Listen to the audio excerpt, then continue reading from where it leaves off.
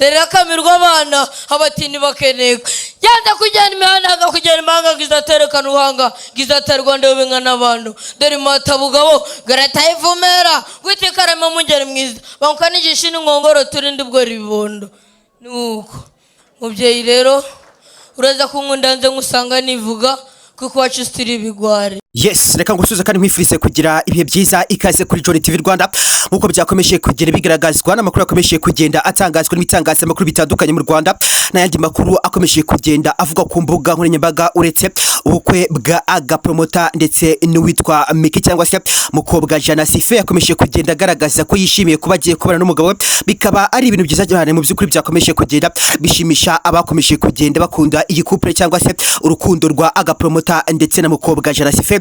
Bikaba byakomeje kugenda bishimisha benshi mu by'ukuri kubona uyu mukobwa MIki mu by'ukuri agiye kuba yabana na agapromota, ariko n'ubukwe mu by'ukuri bwakomeje kugenda bwerekezwa n'amagambo menshi. Ndagira ngo mu by'ukuri hamaze iminsi yumvikana amakuru akomeje kugenda agaragaza ko uwitwa SICOVIA yakora afite mu by'ukuri amagambo mu kanwa ke atari meza, yakomeza kugera mu by'ukuri atuka uyu mwana mukobwa Sife cyangwa se MIki mu by'ukuri akomeza kugenda bahangana hagati yabo. Ukabona ko aya makuru yakomeje kugenda agaragazwa ko witwa mukobwa Jana Sife ndetse n'uwitwa SICOVIA bakomeje kugenda bagaragaza cyangwa se baciye urondogoro ku mbuga nkoranyambaga zitandukanye. N'andi makuru akomeje kugenda avugwa uretse mu by'ukuri Kongo uwitwa SICOVIA n'uwitwa mukobwa Jana Sife bakomeje kugenda bakuzanyaho, bikaba byakomeje kugenda bigaragazwa.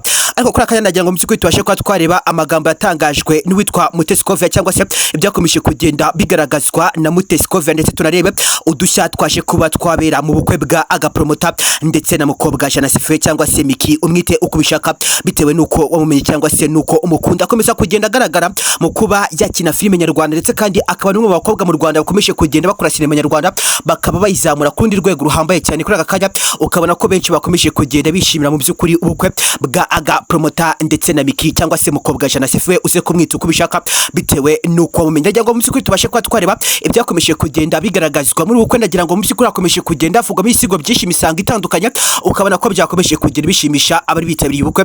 Bakomeje kugenda bagaragaza ko ubukwe mu by'ukuri bwari ubw'umwaka. Ndakubwira ko ibyakomeje kugenda bigaragazwa muri ubukwe byakomeje kugenda mu by'ukuri bishimisha benshi bari bitabiriye ibi birori bya mukobwa Jana Sife ndetse na Pacifique.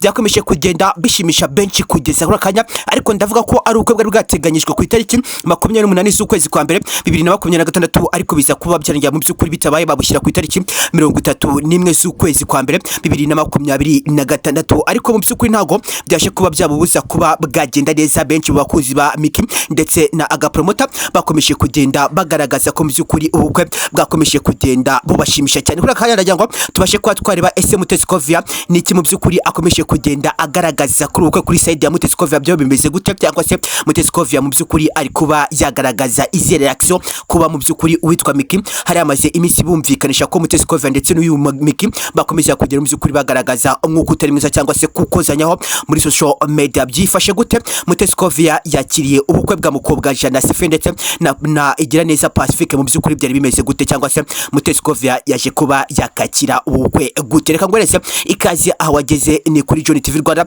Reka nisire kurangije gukanda subscribe bikiri kandi witero gufungura kuri iyo nzogera kugira ngo ntuzajye ucikwa inkuru n'ibigaro by'umwe dukomeza kugenda tukugezaho gatanu kandi. Ikaze kuri Johnny TV Rwanda. Nta yindi nkuru ikomeje kugenda igaragazwa ku mbuga nkoranyambaga uretse mu by'ukuri inkuru y'ubukwe bw'uwitwa igira neza Pacifique ndetse n'uwitwa MIki cyangwa se mukobwa Jana Sife. Hakomeje kugenda hagaragazwa amagambo yakomeje kugenda herekeza ubukwe. Bamwe bakabatiga iminsi bagaragaza uti ntibazabana kabiri cyangwa se ntibamarana n'iminsi bike cyane, ariko mu by'ukuri ndagira ngo urukundo rwawo rwakomeje kugenda ruba urukundo ruhekerezwa n'amagambo kugeza naho ubona ko navuga ko ifi nini muri social media zakomeje kugenda zibagarukaho. Ndagira ngo witwa SICOVIA yongeye kuba yakomoza kuri ubukwe bwa igira neza Pacifique ndetse na MIki cyangwa se mukobwa Jana. Ukarako mu by'ukuri byakomeje kugenda bigaragazwa ko ubukwe bwakomeje kugenda buherekeshwa amagambo ateye ubwoba cyane. Byakomeje kugenda binankanga guys, nkimwa kuba nakumva SICOVIA umunyamakuru ukomeye mu gihugu cy'u Rwanda cyangwa se umugore ukomeye mu itangazamakuru ry'u Rwanda kubona yifata kongera kwinaganika kuri abana b'abahungu bakiri bato n'abakobwa mu by'ukuri biraza kuba byagaragaza ko ari action itigeze ishimisha benshi. Ndaza kuba navuga ko Igiraneza Pacifique ndetse na mukobwa Jana Sife bakomeje kugenda bagaragaza uyu mugore aradushaka iki, yakomeje kugenda tuvuga kuva kera nyine ugasanga ni ibintu bikomeza kugenda bigaragaza ko action zakomeje kugenda zidashimisha abakunzi ba Igiraneza Pacifique ndetse n'uyu mukobwa Jana Sife. Bikaba byakomeje kugenda bigaragazwa ko umukobwa Jana Sife ndetse na Igiraneza Pacifique bakomeje kugenda bagaragaza ko byanga byakunda ubukwe bwabo ari bwo bukwe bwa kabiri mu Rwanda bwashimishije benshi. Ndagira ngo n'ubukwe bwakomeje kugenda bugaragaramo udushya twinshi cyane kugeza urakanya. Ndagira ngo mu by'ukuri ibisigo n'imisango byakomeje kugenda bigaragazwa kuvugwa n'umwana muto cyane w'imyaka 14 gusa. Ndavuga ko mu by'ukuri n'ubukwe bwari bwitewe n'ibyamamare bitandukanye muri sinema nyarwanda ndetse n'abahanzi bakomeye cyane baba artiste baririmba indirimbo zirejuru cyane. Bikaba byumvikanye ko Igiraneza Pacifique ndetse na mukobwa Jana Sife baje kuba bakora ubukwe bw'agatangaza. Niba mvuga Igiraneza Pacifique uze kuba wakumva aga promoter, nivuga mu by'ukuri mukobwa Jana Sife uze kuba wakumva MIki, uze kubita uko bishaka bitewe nuko wakomeje kugenda ubamenya.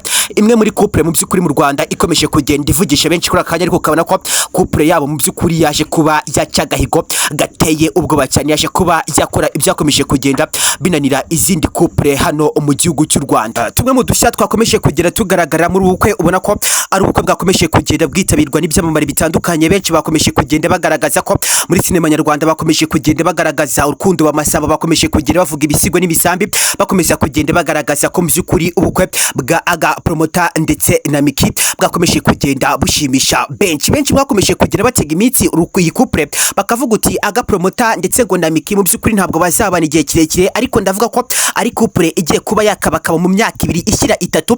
Bikaba byakomeje kugenda bitungura benshi bavuga uti aga promoter shatsi saso, abandi uti nyine amagambo atandukanye abanyarwanda murabazi amagambo bakomeza kugenda bavuga yo abari menshi kuri akanya.